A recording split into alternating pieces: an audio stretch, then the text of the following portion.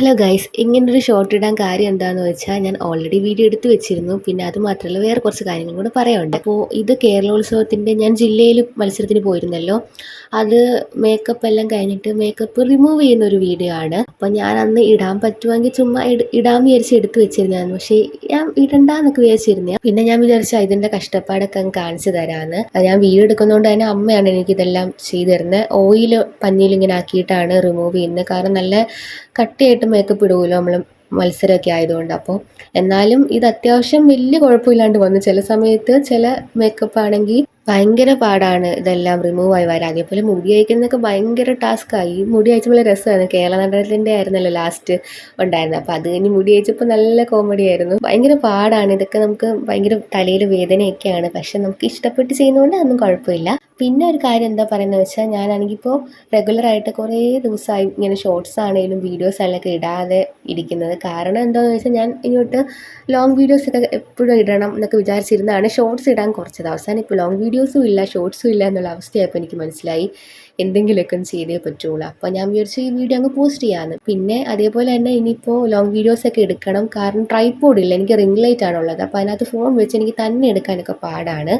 അതുകൊണ്ടാണ് ലോങ് വീഡിയോസൊക്കെ ഇടാത്തത്. ഇനിയിപ്പോൾ ഞാൻ ഷോർട്സും ലോങ് വീഡിയോ ഒക്കെ ഇടണം എന്ന് വിചാരിച്ചിരിക്കുകയാണ്.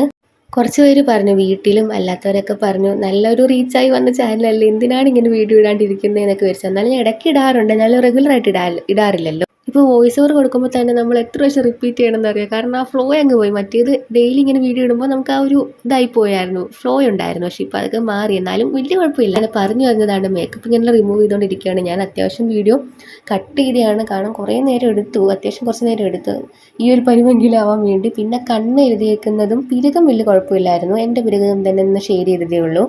പിരുകം കുഴപ്പമില്ല. കണ്ണിൻ്റെ അവിടെയും ലിപ്സ്റ്റിക്കൊക്കെ പോകാനാണ് പാടുണ്ടായിരുന്നത്. പ്രത്യേകിച്ച് കണ്ണ് എഴുതിയേക്കുന്നതാണ് പോകാൻ പാട്. നല്ലോണം ഓയിലൊക്കെ എടുത്ത് നല്ല തുടച്ച് കഴിഞ്ഞിട്ട് വേണം നമ്മൾ ഫേസ് വാഷ് ഇട്ട് കഴുകാൻ വേണ്ടിയിട്ട്. പിന്നെ മേക്കപ്പ് റിമൂവർ വെച്ചും പറ്റും. എന്നാലും അതിനെക്കാട്ടും നല്ലത് എനിക്ക് നല്ലതായിട്ട് തോന്നിയിട്ടുള്ളത് ഓയിലാണ്.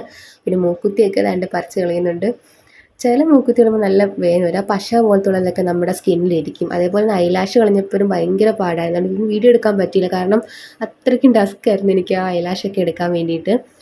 അങ്ങനെ മേക്കപ്പൊക്കെ ഏകദേശം കളയാറായി. ഞാൻ ഇങ്ങനെ നോക്കും, ഇതെന്താ ഇങ്ങനെ തീരാത്തെ. പിന്നെ അമ്മയാണെങ്കിൽ ഇങ്ങനെ പിടിച്ചെടുത്ത് കളയണ്ടേ, കാരണം സന്ധ്യയായിരുന്നു. ആ മത്സരം എല്ലാം തീർന്നപ്പോൾ സന്ധ്യ. അപ്പോൾ ഇതെല്ലാം കളഞ്ഞിട്ട് വേണ്ടേ ഞങ്ങൾക്ക് വീട്ടിൽ പോകാൻ. അങ്ങനെ താണ്ട് ഏകദേശമൊക്കെ കളഞ്ഞു. ബാക്കി വീട്ടിൽ പോയിട്ട് കളയാമെന്ന് വിചാരിച്ചു. ലിപ്സ്റ്റിക്ക് കളഞ്ഞില്ല, ഇരിക്കട്ടെ എന്ന് വിചാരിച്ചു. അങ്ങനെ ഞങ്ങൾ ഓൾറെഡി പിന്നെയും വന്നിരുന്നു. കാരണം പിന്നെ അവിടെ തിരുവാതിരയൊക്കെ നടക്കുന്നുണ്ടായിരുന്നു. പക്ഷെ കാണാനൊന്നും പറ്റിയില്ല. ഞങ്ങൾ തിരിച്ച് വേഗം തന്നെ വീട്ടിൽ വന്നു. അപ്പോൾ നെക്സ്റ്റ് വീഡിയോയിൽ കാണാം. ബൈ.